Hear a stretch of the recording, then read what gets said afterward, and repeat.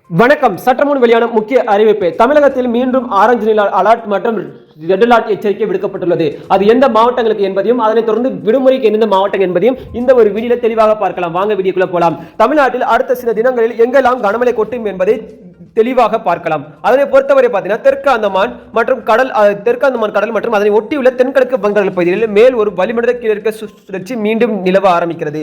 இதன் காரணமாக பார்த்தீங்கன்னா அடுத்த 24 மணி நேரத்தில் பார்த்தீங்கன்னா தென்கிழக்கு வங்கக்கடல் பகுதியில் ஒரு காற்றழுத்த தாழ்வு பகுதி உருவாகக்கூடும். இது மேலும் வலுப்பெற்று மேற்கு வடமேற்கு திசையில் தமிழக கடலோர பகுதியை நோக்கி அதற்கு 2 தினங்களுக்கு நகரக்கூடும். இதன் காரணமாக தமிழகத்தில் 16ஆம் தேதி தமிழகத்தில் ஓரிரு இடங்களிலும் புதுவை மற்றும் காரைக்கால் பகுதியில் ஒரு சில இடங்களிலும் மழை பெய்யும். அதனைத் தொடர்ந்து 17 மற்றும் 18 பார்த்தீங்கன்னா ஆரஞ்சு நிற எச்சரிக்கை மற்றும் மஞ்சள் நிற எச்சரிக்கை விடுக்கப்பட்டுள்ளது.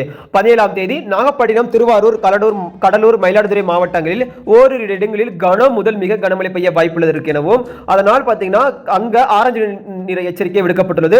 மஞ்சள் நிற எச்சரிக்கையை பொறுத்தவரை தஞ்சாவூர், அரியலூர், பெரம்பலூர், புதுக்கோட்டை, திருச்சிராப்பள்ளி, கள்ளக்குறிச்சி, விழுப்புரம், செங்கல்பட்டு மாவட்டங்களில் மிக கனமழை பெய்ய வாய்ப்பிருப்பதால் அங்கே பார்த்தீங்கன்னா மஞ்சள் நிற எச்சரிக்கையுமே விடுக்கப்பட்டுள்ளது. அது மட்டும் இல்லாமல் பார்த்தீங்கன்னா அடுத்த வாரம் முழுவதும் பார்த்தீங்கன்னா தமிழகத்தில் அநேக இடங்களில் கனம் முதல் மிக கனமழை பெய்ய வாய்ப்புள்ளது.